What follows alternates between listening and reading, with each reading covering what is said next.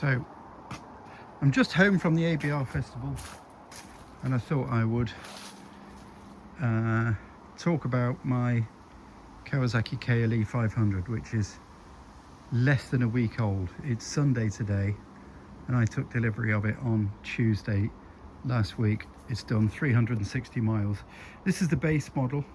I didn't opt for the SE, so this costs £5,999, although I do have some upgrades. I went for the SE because I prefer this colour, which when it's not covered in dust really pops. It's a beautiful, there you go, you can see the metallic. It's kind of the least worst colour, and it looks pretty cool. And from the reviews that I read and watched, the screen on the SE is taller than that, and buffet's really bad. And so basically, for the colour, for the price, for this screen, I went for the base model, and I'm really glad I did. And the only thing that I think looks better on the main model, on the SE model, are the indicators, which they're not going to break when you fall over, if you fall over, but still they do look better. They're smaller LED ones on the SE. So this weighs about 1.75 kilos dry, as in without fuel, and with fuel about 190. It's got something like a 16-litre tank. It's got 450cc engine with 51 horsepower, and it feels much lighter than my other bike. That's a BMW F900 GS. Feels so much lighter, obviously slower as well. It comes with these Mitas wheels, and they were pretty good. So this weekend I've done 360 miles. That's the first 360 miles the bike has done. Like I say, it only got delivered last Tuesday, and I only did 6 miles before I set off on Friday for the Adventure Bike Rider Festival. It's a beautiful bike to ride. It's so Japanese. Just everything is smooth. The clutch is light. The fueling is absolutely perfect. Yeah, the tyres really suit it. They're good on the road. They make a little bit of noise, but not a lot. And they were fine for the 26-mile Bridgestone Trail. That trail really threw everything at this bike and me, because I'm not mega talented off-road, but it was rocky, it was sandy, it was around the edge of fields, ruts through woodland. It was absolutely awesome, and this bike handled everything that was thrown at it. The bash plate on this base model is smaller, and I'm not fussed about that because I'm gonna get a new one. I'm gonna get an upgraded one, because it does sit a little bit low to the ground. I bottomed out once. I was doing about 30-35 miles an hour, and there was a sudden dip, and yeah, we bottomed out once. Loads of rocks got thrown by the front tyre, and pinged off the bottom of it, which made a very satisfying noise. But yeah, this is completely awesome off-road.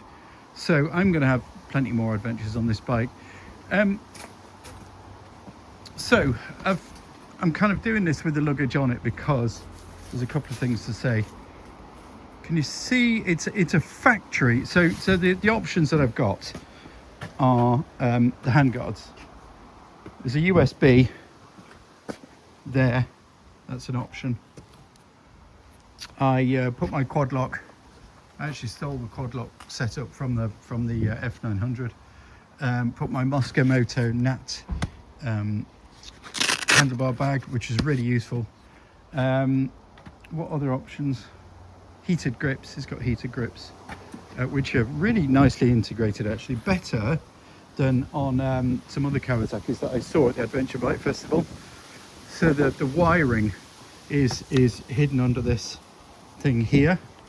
And on some of the very expensive, like 16 grand Kawasaki's that I saw, this cable here from the heated grips was just completely in the way. It came out and around. Oh, I've put some, these are Oxford, not double take mirrors. I just had them lying around, and I thought the Kawasaki mirrors were a bit crap, to be honest. No buffeting at all, so I could do 75, 80 mile an hour and was absolutely fine. Zero buffeting because the screen's not very big, to be honest. But it keeps enough off you.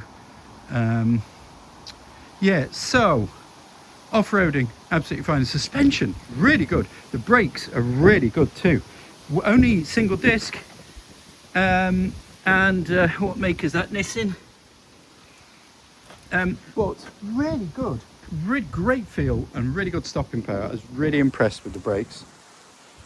So yeah, let's just talk about luggage. So I've got the Kawasaki rack on it. That was on it. I asked them to fit that. That was supplied from the dealer, which was Kawasaki Newcastle.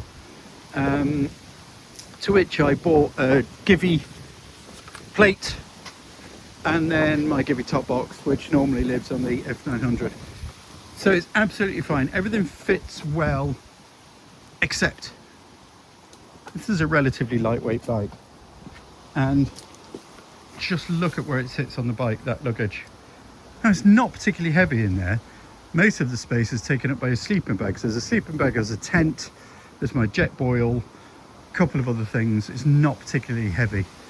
The steering was noticeably lighter with the luggage on. So when I'm doing the trail, there's no luggage at all, and the bike's absolutely fantastic. Put that on the back and you really notice it. It's not alarming or anything like that, but yeah.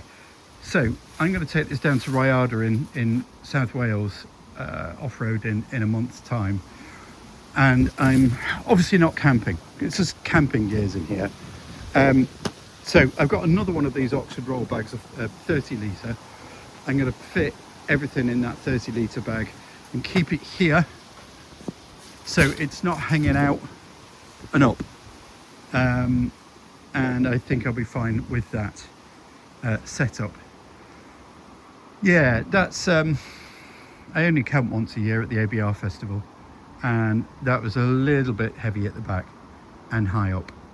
So yes, the top box is going back on the BMW. So what upgrades will I do on this bike? Bash plate. I might get some new foot pegs, because so there's my boot, and they're not very wide.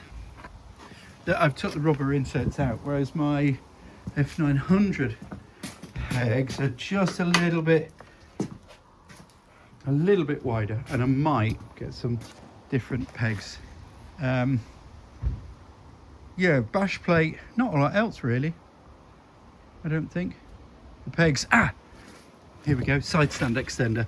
When you're parking on grass, that's just too, yeah, that feels a little bit too narrow. And basically what you need to do is crush up a can of Coke and sit the side stand on that when you're parking on grass. So I'm going to get a side stand extender.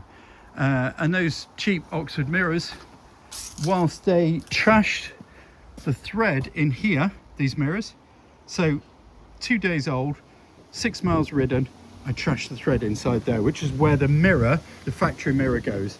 And I put that bolt in there just to fill the space.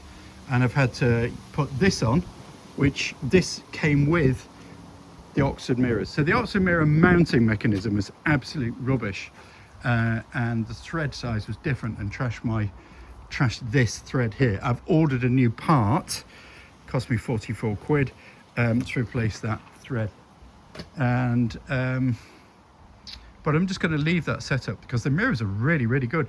I thought they might vibrate themselves to death when I was doing the off-road work, but they didn't. They're really good.